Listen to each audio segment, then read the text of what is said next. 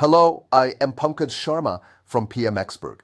In this video, we will clearly understand retained earnings, how it connects to owner's capital, and how it affects total equity. First, a quick reminder of equity. Equity is what is left for the owners after paying all debts. The formula is equity equals total assets minus total liabilities. Equity is made of two buckets. The first bucket is owner's capital, the money you personally invest. The second bucket is retained earnings, the profits the business keeps. Now, the key idea. Retained earnings are the profits kept inside the business. The formula for 1 year is retained earnings equals net profit minus dividends. Think of profit as a flow.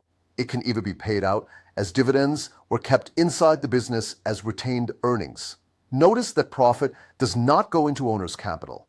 Let's do an example. Suppose owner's capital is 50,000 rupees.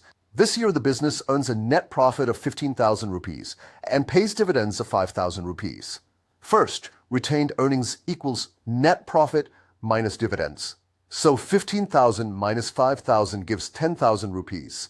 Then total equity equals owner's capital plus retained earnings, which is 50,000 plus 10,000, giving 60,000 rupees.